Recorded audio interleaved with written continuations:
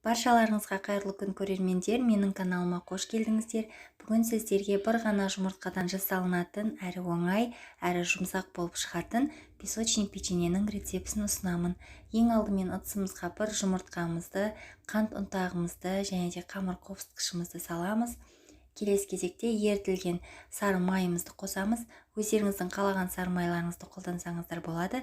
Мен станичный деп аталатын сары майды қолданып жатырмын. Венчиктің көмегімен жақсылап араластырамыз.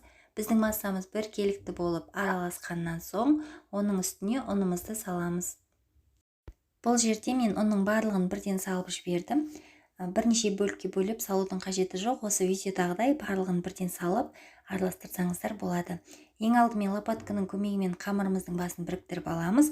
Содан соң қолымызбен жұмсақ етіп қамыр илейміз. Қамырымыз өте жұмсақ, бірақ қолға жабыспайтын болуы қажет. Көріп тұрғандарыңыздай біздің қамырымыз дайын болып қалды. Өте жұмсақ болып шықты.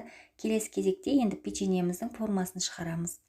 Мен печеньені дөңгелек формада пісіремін, сіздер өз қалауыңызша жасасаңыздар болады. Формаға мен пергамент қағазын төсеген жоқпын. Егер пергамент қағазы болса қолдансаңыздар болады. Егер жоқ болса, міндетті түрде форманың астын жақсылап майлап алуды ұмытпаңыздар. Печеньеміздің барлығын осылай салып шығамыз. Бұл печеньені түскі шайға, таңертеңгілік шайға жасасаңыздар болады. Өте тез дайындалады, бар жоғы 10-15 минут уақытыңыз кетеді, және де өте жұмсақ, сондай дәмді болып шығады.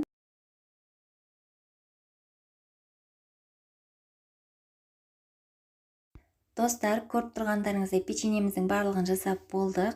Енді вилканың көмегімен осылай үстінен басып шығамын. Негізі бұл міндетті емес. Келесі кезекте печкамызды алдын ала жақсылап қыздырып қоямыз. 180 градуста 15-20 минут аралығында пісіріп аламыз. Біздің печеньелеріміз пісіп дайын болды. Өте жұмсақ, сондай дәмді болып шығады. Міндетті түрде отбасыларыңызға жасап беріңіздер. Сіздердің отбасыларыңызға ұнайды деген ойдамын. Егер видеоны соңына дейін қараған болсаңыздар, және де сіздерге пайдалы болған болса, лайк басып, астына өз пікіріңізді қалдыруды ұмытпаңыздар. Сіздермен болған Әсел, баршаларыңызға рахмет.